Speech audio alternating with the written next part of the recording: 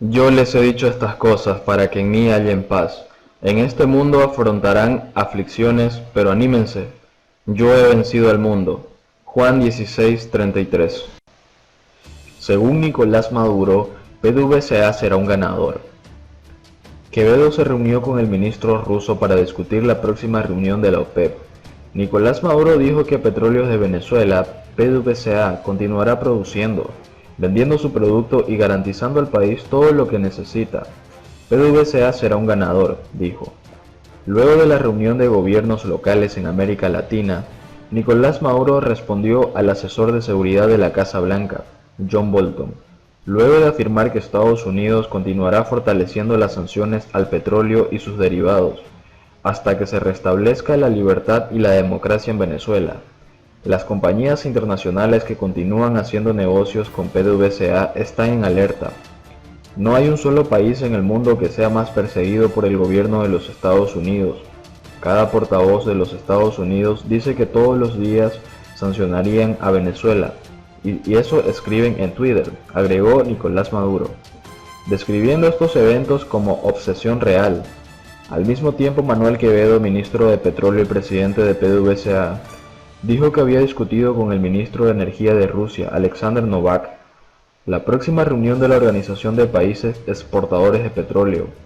Los dos ministros se reunieron el viernes en el Foro Económico Internacional de San Petersburgo. Quevedo calificó la reunión de muy productiva y dijo que de lo que hablamos fue la próxima reunión de la OPEP y las próximas decisiones que se tomarán en los países de la OPEP y la OPEP.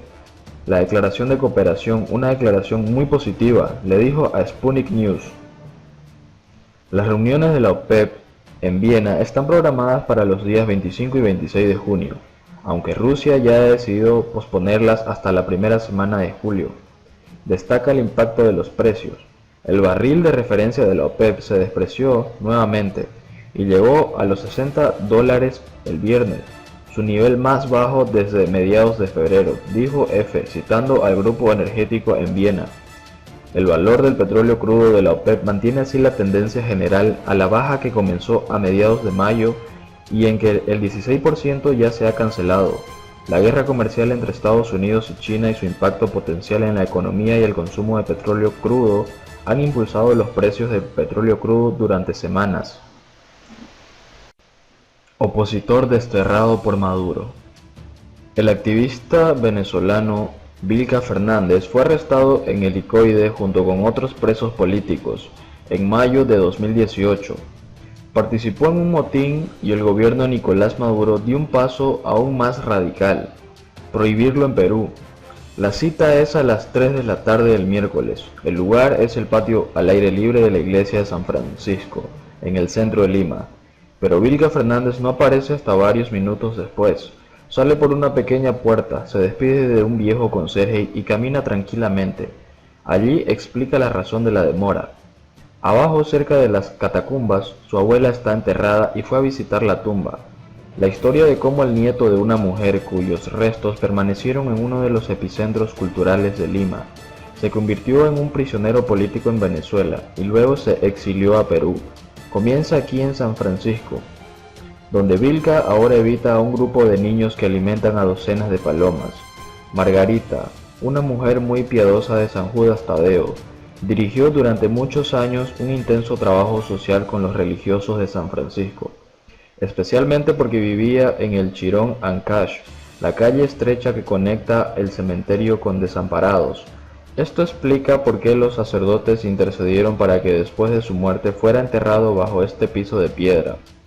Jorge, uno de los hijos de Margarita que había crecido en esos mismos patios, fue a Venezuela en la década de 1970 como el primer paso para establecerse en Europa y desplegar su artesanía. Jorge vivió en Mérida, en el noroeste de Venezuela, y como él mismo lo resume en una buena combinación de tiempos verbales, me quedé. Tenía 5 hijos.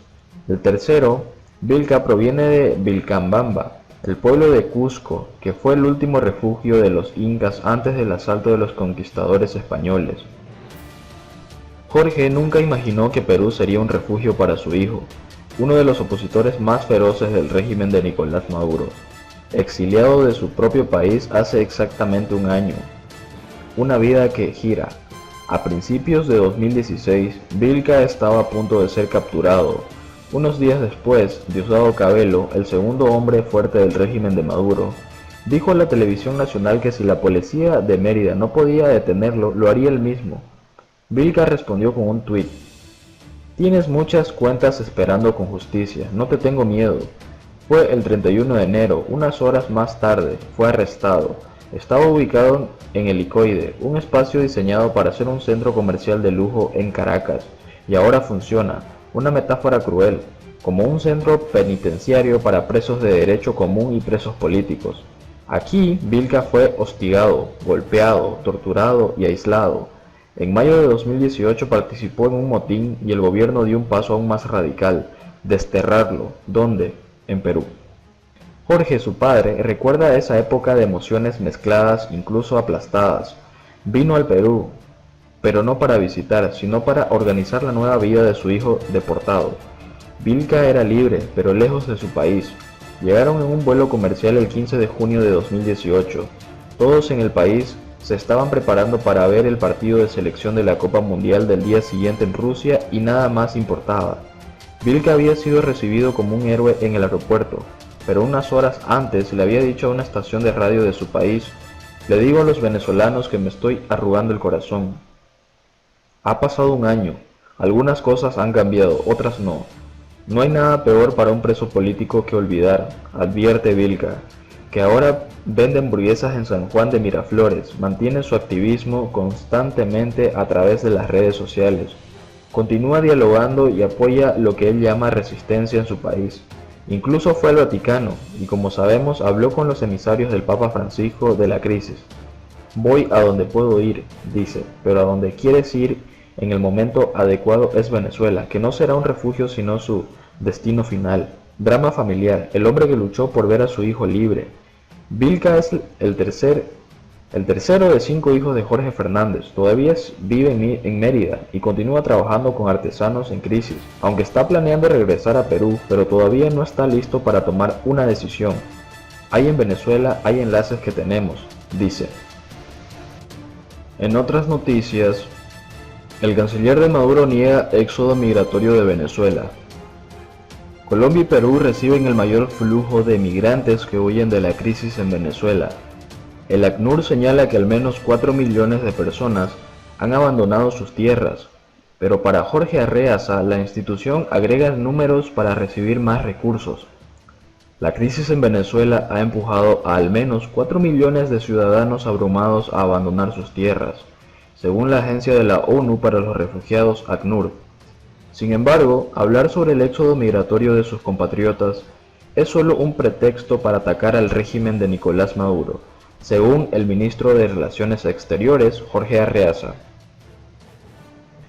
Esto fue después de que la Oficina del Alto Comisionado de las Naciones Unidas para los Refugiados y la Organización Internacional para las Migraciones publicaran datos sobre el número de personas desplazadas debido al aumento de la crisis en Venezuela.